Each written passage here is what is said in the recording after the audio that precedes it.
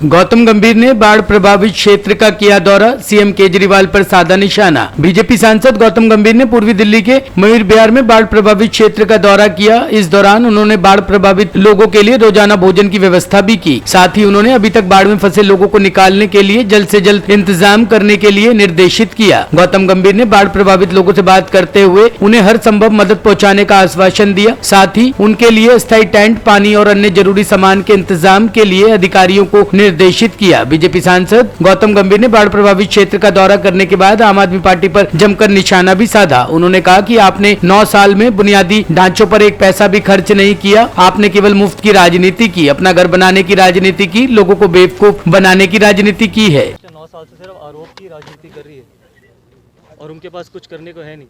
सवाल सिर्फ ये है कि पिछले 9 साल में अगर आपने इंफ्रास्ट्रक्चर पे 1 रुपया भी खर्च नहीं किया, सिर्फ फ्रीबी की राजनीति करिए, अपना घर बनाने की राजनीति करिए, लोगों को बेवकूफ़ बनाने की राजनीति करिए, अब बाहर आके ये कहने की राजनीति करिए कि हम तो 100 mm की बारिश के लिए तैयार थे, 150 mm की बारिश हो गई, सिर्फ फ़ोटो आप करने के लिए आप पानी के बीच में वाटर लॉगिंग में खड़े हो जाते हो। आप समस्या देखिए, आप हालत देखिए लोगों की। यहाँ पर जहाँ आप आए हैं गौतम जी, यहाँ पर जो यमुना खादर के लोग हैं वो स्वयं रेस्क्यू कर रहे हैं। अपना प्रशासनिक सुविधाएं आप इमेजिन कर सकते हैं। अभी हमने डीएम साहब से बात करी है, वो यहाँ पर अब नाव लगाएंगे, उनको निकालने की कोशिश करेंगे और निकालना चाहिए भी। 2 दिन से अटके हुए हैं यहाँ पर। उससे ज़्यादा चीज़ें हमने पिछली बार पे यहाँ पर राशन बांटा था, यहाँ पर पानी दिया था।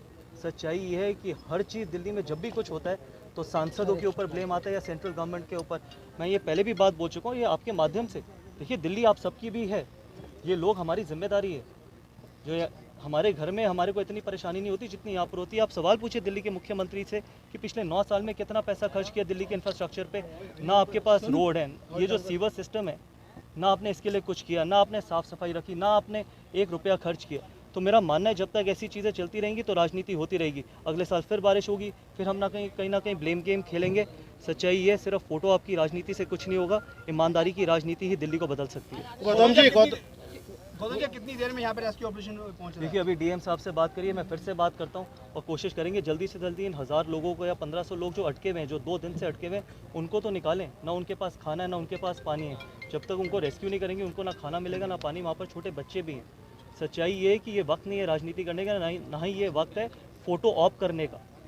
ईमानदारी की राजनीति करिए और मेरा मानना ये रहता है कि जब तक आप ईमानदारी और सच्चाई की राजनीति नहीं करेंगे, ना देश बदलेगा ना और दिल्ली बदलेगी। गौतम जी, ये बता दीजिए, आपके 1978 का जो जल स्तर वो तो हमने पिछले देखिए लेवल जो था 1970। मैं एक चीज़ और कहना चाहूँगा, हमने पिछले साल भी खाना बांटा था, इस साल भी खाना बांटेंगे। लेकिन खाना बांटना सोल्यूशन नहीं है, चाहे वो हम अपने माध्यम से करें, लेकिन वो सोल्यूशन नहीं है। सोल्यूशन ये है कि क्या हम परमानेंट इनको कोई सोल्यूशन दे सकते हैं, क्या हम इनको सेफ पैसेज दे सकते हैं, क्योंकि अगले साल तो फिर बारिश होगी, अगले साल फिर मानसून आएंगे, फिर यही हालत होगी। तो सिर्फ खाना बांटना या पानी देना, ठीक है, वो आप हम सब मिल के कर रहे हैं, लेकिन वो ह्यूमैनिटेरियन ग्राउंड पे करें। लेकिन सच्चाई ये कि परमानेंट सोल्यूशन होना, दिल्ली को बेहतर बनाना। 1978 में भयंकर बाढ़ आई थी इसी यमुना में, वो लेवल जो है वो भी बहुत जल्द क्रॉस होने वाला।